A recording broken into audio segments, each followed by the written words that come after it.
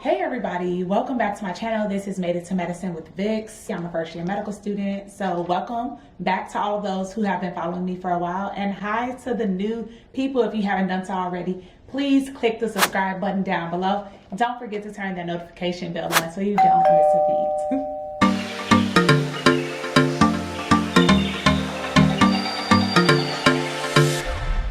So today we're going to talk all things about how to ask for a letter of recommendation for medical school, okay? And so there are a few things that I wrote down in my little journal so we can get this thing off and started. All right, so for medical school, let's start with the committee letter. When I went to my post-baccalaureate program at Southern Illinois University at Carbondale, MedPrep, there was a thing called a committee letter. That meant that there are several professors within the program or outside of the program that I asked to write a letter, and the committee letter would start off by kind of summarizing all of the letters that speaking about me as a candidate and how I'll be a great fit for your medical school, talked about how I was in the MedPrep program, and then it proceeded with every letter from each of my writers. So that takes me into the next point of who do you even ask to write you a letter of recommendation for medical school? Most schools have a requirement of 3 to 4 letters. You'd have to look up school specific requirement on MSAR, which can be found on AACOMAS.org. But I started off with 2 science professors, 1 non-science, which could be volunteer, and a physician letter. So when I applied to medical school back in 2019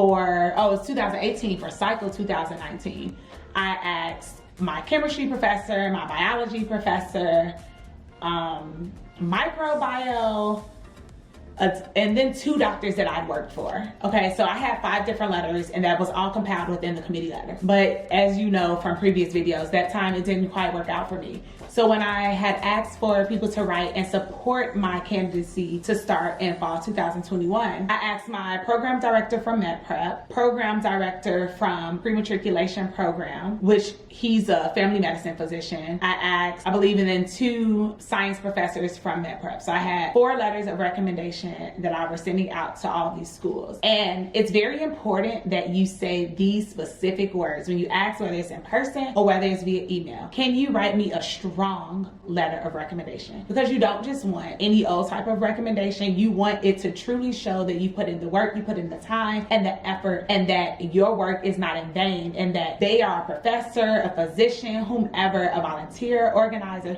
that they know all the things that you've done to get you to this point, and that they can support you as you continue throughout your journey. So in addition to asking for that strong letter of recommendation, don't just ask anybody. You need to have built strong relationships with people. So if you're in undergrad right now, go in with the idea that, okay, I'm going to give my all in chemistry, or I'm going to give my all in biology or physics or whatever the class may be, and make yourself known to the professor. Go to office hours, pick their brain, ask them questions about not just schoolwork, but the more you go, try to build a rapport and let them know the different organizations that you're involved in on campus, or the community work that you're engaged in. And then try to ask them questions about themselves. I see pictures on your desk about, oh, who is this? Is this your kid? Is this your family? Are you from here? Oh, where did you go to school? We're people, and people love a good connection. And I'm not saying to be fake about any of this. No, these are genuine connections. I still speak to my letter writers today. And I'm talking letter writers who supported my application when I applied to my first post-bac program back in 2013. We are building genuine connections here, and life is all about networking, and you're going to need some people to uplift you and motivate you throughout this journey as well. So form those relationships and then ask for a strong letter of recommendation. It's preferred to ask in person, but if you have to do it via email, that's fine. I did that as well. But you might want to include your resume or your curriculum vitae, CV, in the email as an attachment in addition to your personal statement. So I kind of want to caution on sending every letter writer the exact same thing, because you don't want letters to start sounding similarly. But that's why it's very important that you have a personal relationship with the letter writers. I posted a reel on Instagram talking about the timeline for medical school. When I applied, applications open at the end of May, and then the schools don't get them until July 1st, July 2nd, somewhere around there. And it's going to take AMCAS 4 to 6 weeks to verify your application. If you're lucky, it took them 3 months or something to verify mine, which was crazy. But you want to get your letters in well before then. You don't want that to be any stress on you, you know, because we can only control the things that we can control, which are the things that we're typing into AMCAS ourselves. I started asking for letters of recommendation around February, and I told every letter writer, was very transparent with them, informed them that, you know, I'm applying to medical school this cycle and I'm looking to submit my application the first week of June. If possible, can you write me a letter of recommendation and submit it by X date? If this is not possible, I totally understand. Just let me know. You know, I'll show you my letter towards the end, because you want to give them enough time, room for error, because these are physicians, these are professors, these are doctors, like these are community organizers, these are busy people, and you're just one student, and what we think is important to us isn't necessarily equally as important to other people. So you want to make sure you give people ample amount of time, but then with that, follow up.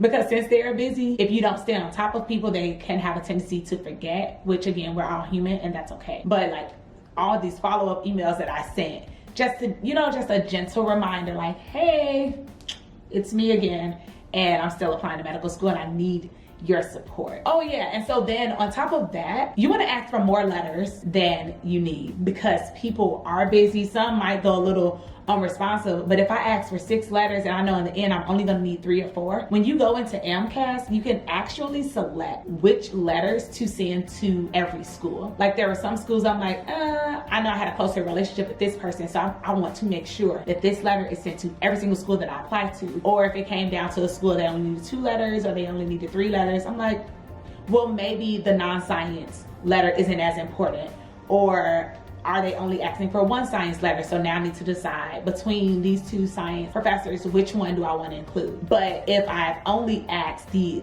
exact amount and someone doesn't come through, you don't want to be scrambling in the end. The name of the game is to eliminate as much stress as possible. Say it with me. We are eliminating stress. Yes, we are.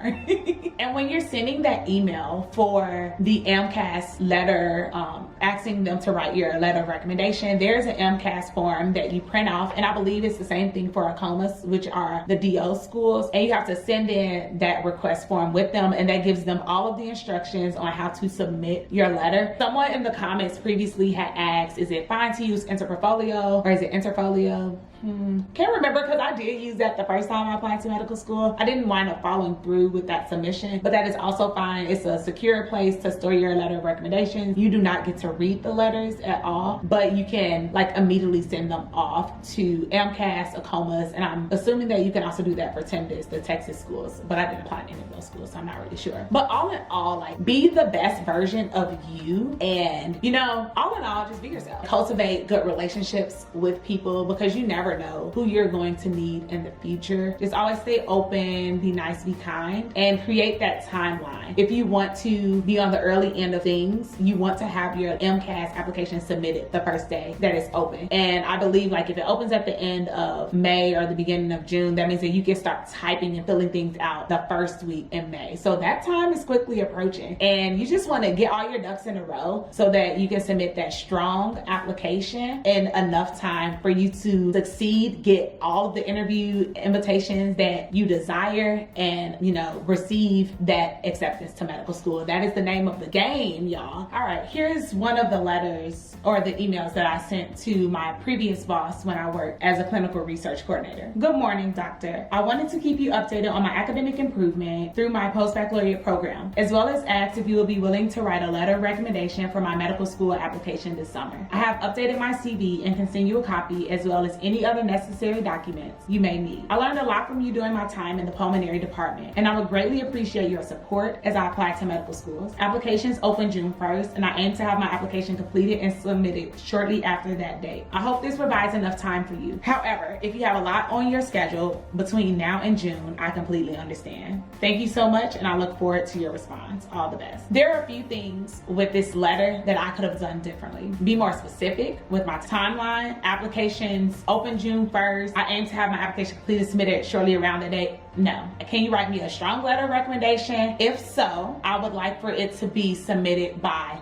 this day, or will you have the time to submit by this day? Something along those lines. Like, be very direct in your emails. Let's cut out all this fluff, and it's looking like I had a lot of fluff in this email, And I think mainly because I had asked a friend to show me what her email looked like, and I kind of just, you know, copy and paste. But, you know, like now that I'm on the other side, I'm seeing like just get straight to the point. So this was when I was applying in 2018 for 2019. So if I go to a letter for last year when I applied, I had a very close relationship. She was my academic advisor when I was in med prep. So we kept up often. After I left med prep, I went to PMP at Rosalind Franklin. We spoke all the time. So I didn't really have to go too far into detail, but I still wanted her to know, like, because she expected me after I left med prep to go right into CMS for medical school. That didn't happen. Needed to update her on that, but then get right to the point. Hello, doctor. I hope you're well. During the shelter-in-place order, everything has essentially been turned upside down during this time. I had to withdraw from my class this spring due to difficulties that arose from resources being cut due to us switching strictly to remote learning. Therefore, I am going to submit an application to apply for the upcoming cycle for medical school. Due to COVID, many schools are accepting AMCAS scores throughout the year. So I plan on taking the MCAT again in September. Now, with increased knowledge, I know that I am more than capable of scoring higher than 493. Is it possible for you to write me a letter of recommendation to support my application this time around? Please let me know if you need any information from me. I hope to hear from you soon.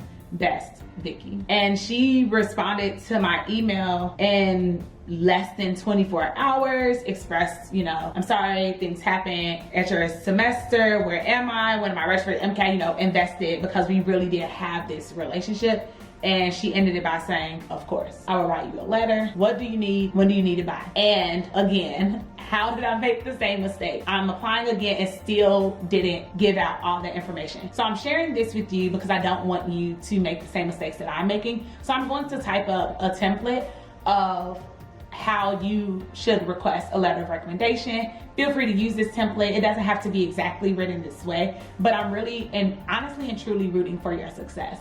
Again, if y'all have any other questions, please comment them down below, or send me an email at madeittomedicine@gmail.com, or, you know, feel free to follow me on Instagram and Twitter. That'll be linked down below. I'm rooting for you, and I'm here to help you as best as I can. Until the next video, y'all. Bye.